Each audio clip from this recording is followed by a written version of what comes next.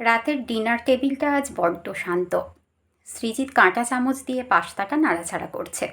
পাস্তাটা সে নিজেই food app থেকে অর্ডার করেছে, কিন্তু মুখে দিতেই কেমন বিস্বাদ লাগছে। ঠিক উল্টো দিকে বসে আছে তার 18 বছরের মেয়ে আহিরি। সেও ফোনের দিকে তাকিয়ে যান্ত্রিকভাবে চিবোচ্ছে। সৃজিত হঠাৎই বলে উঠল, তোর মা তো কালও ফিরবে না বলল। মাসিমাকে দেখতে গেছে, আরও কয়েকদিন সময় লাগবে। আহিরি মুখ না তুলেই উত্তর দিল, লাগুক না। মা তো এমনিতেও সারাদিন এখানে ওখানে জিনিসপত্র গুছিয়ে রাখা আর আমার ডায়েট নিয়ে লেকচার দেওয়া ছাড়া কিছুই করতো না। এখন অন্তত কেউ আমায় সারাদিন এটা করিস না ওটা করিস না বলার নেই। সৃজিত মনে মনে সায় দিল। তার স্ত্রী অনন্যা একটু বেশিই অর্গানাইজড। সৃজিতের অফিসের ফাইল থেকে শুরু করে মজা সব অনন্যাকে ছাড়া খুঁজে পাওয়া দুষ্কর ছিল। কিন্তু সৃজিত ভাবত, এটা তো সাধারণ কাজ, এর জন্য এত কিসের কৃতিত্ব। অনন্যা যাওয়ার আজ 4 দিন। প্রথম 2 দিন ভালোই কেটেছিল, কিন্তু তৃতীয় দিন সকালে সৃজিতের যখন একটা অত্যন্ত গুরুত্বপূর্ণ মিটিং ছিল, সে দেখল তার নীল শার্টটা আয়রন করা নেই। আলমারি থেকে জামা বের করতে গিয়ে আরও 10টা জামা হুড়মুড়িয়ে গায়ে এসে পড়ল। সৃজিত অবাক হয়ে দেখল আলমারির ভেতরে একটা পাহাড় জমে আছে। রান্নাঘরে গিয়ে দেখল সিঙ্কে গত 2 দিনের এঁটো বাসন উপচে পড়ছে। কাজের লোক আসেনি, আর সৃজিত বা আহিরি কেউই ভাবেনি যে সেগুলো নিজেরা ধুয়ে রাখা দরকার। সারা ঘর জুড়ে ধুলোর একটা পাতলা আস্তরণ জমেছে। যে ফুলদানিটা ড্রয়িং রুমের স্ত্রী বাড়াতো, সেটার ফুলগুলো পচে জল থেকে একটা বিটকেল গন্ধ বেরোচ্ছে। বিকেলে আহিরি চিৎকার করে উঠল, বাবা, আমার প্রিয় সাদা টপটা খুঁজে পাচ্ছি না, কাল কলেজে ওটা পরে যাওয়ার কথা। সৃজিত বিরক্ত হয়ে বলল, তোর জিনিস তুই দেখবি না? মা কি চিরকাল হাতে তুলে দিয়ে যাবে? আহিরি পাল্টা উত্তর দিল, মা তো ঠিক খুঁজে বের করতো, তুমি তো তোমার নিজের রুমালটাই খুঁজে পাচ্ছ না। সপ্তম দিন।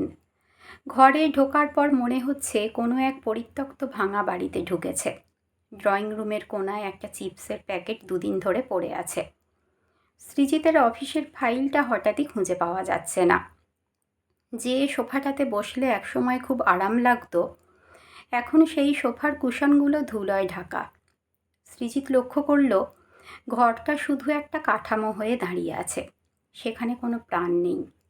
যে গন্ধটা ঘরে ঢুকলে পাওয়া যেত, যাকে সে বাড়ির ঘ্রাণ বলতো, সেটা আসলে ছিল অনন্যার হাতের রান্নার মশলা আর ধূপকাঠির মিশ্রণ।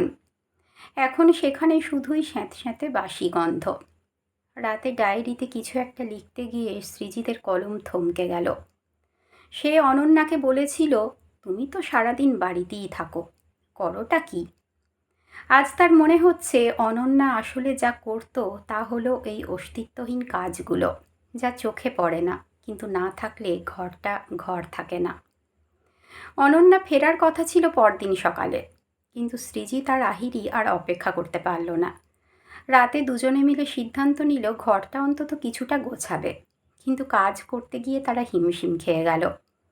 একটা বাথরুম পরিষ্কার করতে সৃজিতের 2 ঘন্টা লেগে গেল, অথচ অনন্যা এটা হাসি মুখে রোজ করত।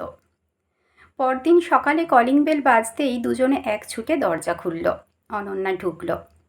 পরনে সাধারণ সুতির শাড়ি, চুলে হাত খোঁপা। সে ঘরে ঢুকেই ড্রয়িং রুমের চারপাশ একবার দেখে মুচকি হাসল। আহিরি মাকে জড়িয়ে ধরে কাঁদতে কাঁদতে বলল, মা, আমরা কিচ্ছু পারি না, আমরা খুব অগোছালো। সৃজিত অনন্যার চোখের দিকে তাকিয়ে শান্ত গলায় বলল, আমি ভাবতাম ঘরটা আমার টাকায় চলে, আমার সাফল্যে ঘর সাজানো হয়। আজ বুঝলাম আমি শুধু ইট পাথর কিনেছি, ঘরটা তো আসলে তুমি ছিলে। তুমি না থাকলে আমরা সবাই এই ভিড়ের মধ্যে একা। অনন্যা কিছুই বলল না, শুধু আঁচলটা কোমরে গুঁজে রান্নাঘরের দিকে হাঁটা দিল। 10 মিনিটের মধ্যে সারা বাড়িতে ভাজা মশলার সেই চেনা ঘ্রাণ ছড়িয়ে পড়ল।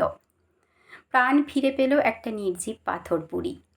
আসলে ঘরের কাজগুলোকে আমরা অনেক সময় অদৃশ্য মনে করি, কারণ সেগুলো নিরবিচ্ছিন্নভাবে হয়ে যায়। কিন্তু সেই অদৃশ্য শ্রমটুকুই আসলে একটা সংসারকে বেঁধে রাখার প্রধান শক্তি।